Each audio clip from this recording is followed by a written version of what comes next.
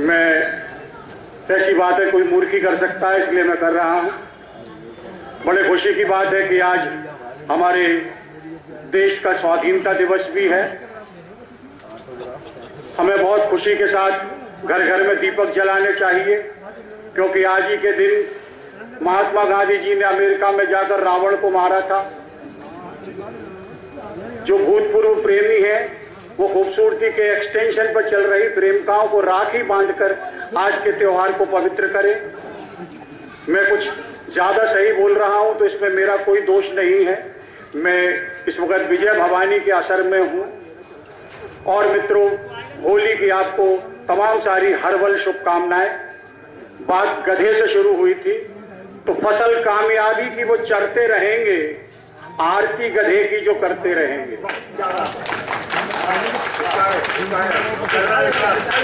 मुझे लगता है कि हमारे जितने भी लोग हैं इनका भाग्योदय आज से होगा, क्योंकि हमारी बुद्धिमानी के जो सबसे बड़े हाईकमान हैं गर्दभ देव, उनकी हम लोगों ने पूजा की है, उनका आशीर्वाद हमें चाहिए।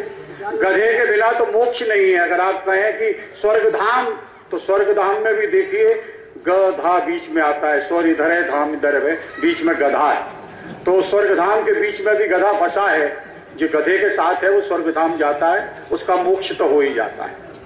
मैं रचनाएं शुरू करता हूं।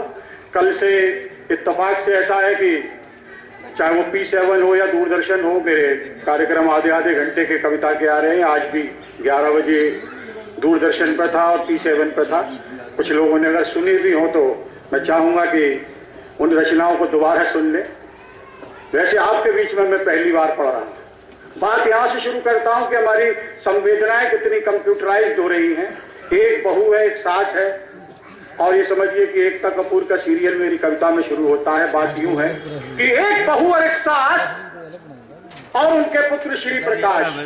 अगर यहाँ कोई बैठे हो तो मुझे माफ करें कि एक बहू और एक सास और उनके पुत्र श्री प्रकाश बैठे थे उदास। अचानक मां ने कहा, बेटा कल्पना करो हम और बहू दोनों गंगा जी नहाने जाएं, हमारा पैर फिसल जाए, हम दोनों डूब जाएं, तो तू अपना धर्म कैसे निभाएगा? डूब तू ही माँ और बीवी में किसको बचाएगा? मेहरबान कदरदान साहिबान। लड़का तो परेशान, उसके दिमाग में कोई युक्ति नहीं आई, क्योंकि एक तरफ था कुआं, दूसरी तरफ थी खाई। अचानक बीवी ने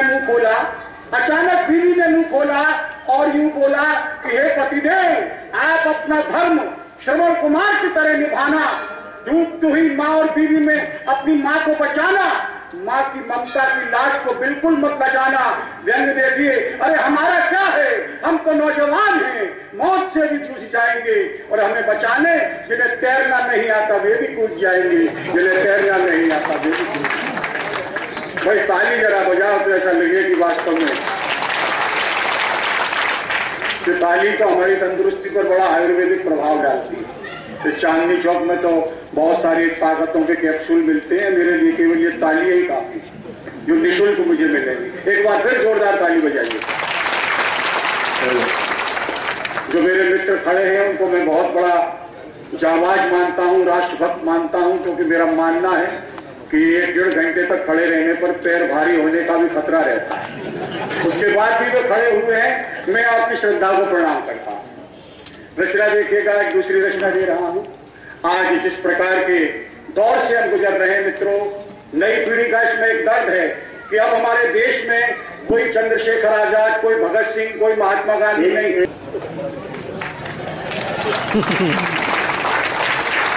आप जो ताली भी उछल के बजाइए जोर से, ताकि कविता भी उछल के सुनाएंगे आपको। जोरदार ताली। मैं बड़ा खुश हूँ कि जिसने मेरा स्वागत किया उसने अपने जेरोक्स फोटो स्टेट कॉपी से किया।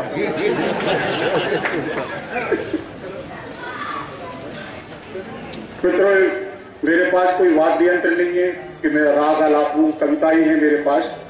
और कविता से चूंकि मुझे आदेश हुआ है कि थोड़ी देर में आपसे बातचीत कर लूं, तो मैं बातचीत कर रहा हूं। तो मैं ये कह रहा था कि आज हमारे देश की सबसे बड़ी त्रासदी ये है कि भले ही निर्वाचन आयोग बार बार कहे कि जाइए मतदान कीजिए और लोकतंत्र को मजबूत बनाइए, लेकिन हमारे देश में जो नेताओं की नस्ल है उसमें कोई चंद्रशेखर आजाद, भगत सिंह या महात्मा गांधी नहीं है।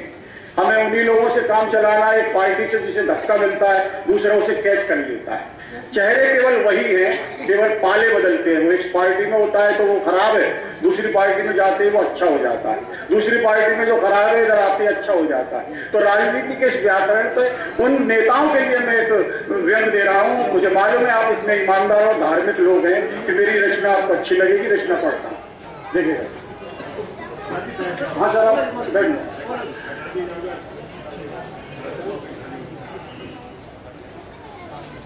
सरदार जी तो एक ही हमारे देश के लिए काफी हैं। इस कैबिनेट में भी एक सरदार जी हैं, इनका भी वही सम्मान है जो हमारे केंद्रीय सरकार के कैबिनेट में एक का है। एक बार जोरदार ताली हमारे सरदार जी के लिए लगा। रचना पढ़ रहा हूं कि एक दिन हमारे दरवाजे पर दी किसी ने दस्तक। देखिए जिस मन से पढ़ रहा हूं उस मन से ताली चाहूंगा कि एक दिन हमारे दरवाजे पर दी किसी ने दस्तक, हमने उठाकर मस्तक पूछा कौन, वो रहा मौन। हमने फिर पूछा कौन, तो बोला वो बंदा, चाहिए मुझे 5 रुपए का चंदा। चौराहे पर लाश नेताजी की लावारिस पड़ी है, उनकी अंत्येष्टि के लिए 5 रुपए दीजिए। हमने कहा 5 की जगह 15 लीजिए, मगर 1 की जगह 3 नेताओं की अंत्येष्टि कीजिए। मुझे मालूम था आपकी भावनाएं भी उतनी धार्मिक है जितनी मेरी, लेकिन दोस्तों हमारे देश में ऐसा भी कहाँ होता है। बड़े सस्ते सुंदर और टिकाऊ नेता होते हैं, एक 15 अगस्त पर बेहोश होते हैं, 26 जनवरी का इंतजार करते हैं कि शायद उन्हें भारत रत्न मिल जाए। और जिस हिसाब से आज ये अलंकरण बट रहे हैं वो 2 दिन दूर नहीं जब ये अलंकरण भी राशन कार्ड पर मिला करेंगे। आपके लिए एक शुभ सूचना है, गुड न्यूज फॉर यू। बीच बीच में अंग्रेजी बोल लेता हूं ताकि लगे मैं पढ़ा लिखा तभी। एक नेताजी मरणासन पड़े हैं, एक नेताजी मरणासन पड़े हैं, उनके रिश्तेदार उनको घेरे हुए खड़े हैं। पता नहीं नेताजी के प्राण किस माया जाल में लटक रहे हैं, उनके चेतना के तंत्र किस प्रवंचना में भटक रहे हैं। डॉक्टर हैरान है कि नेताजी मर क्यों नहीं रहे। तब सास ने कहा नेताजी जिंदगी भर गांधी जी के अनुयायी रहे हैं, गांधी जी की तस्वीर देखकर मरेंगे। गांधी जी की तस्वीर मंगाई गई, नेताजी को दिखाई गई, नेताजी नहीं मरे। तो बहू ने कहा आदमी बुढ़ापे में लालची हो जाता है, नेताजी गुलाब जामुन खाकर मरेंगे। गुलाब जामुन मंगाए गए, नेताजी को खिलाए गए, नेताजी फिर भी नहीं मरे। डॉक्टर हैरान कि नेताजी अब क्यों नहीं मर रहे। तभी एक पत्रकार बोला कि अरे ये अखिल भारतीय नेता हैं, ये यमदूत से भी नहीं डरेंगे, इनने जिंदगी भर चंदा खाया है, चंदा खाए बगैर ये कैसे बनेंगे। ये अखिल भारतीय नेता हैं, ये यमदूत से भी नहीं डरेंगे, इनने जिंदगी भर चंदा खाया है, चंदा खाए बगैर ये कैसे मरेंगे। रसीद पत्रक मंगाए गए, चमचे दौड़ाए गए, मगर जब चमचे लौट कर आए बड़े घबराए। देखा नेताजी कमरे से नदारद, पूछा नेताजी कहाँ गए हैं। तो बहू ने कहा नेताजी चंदा लेने गए।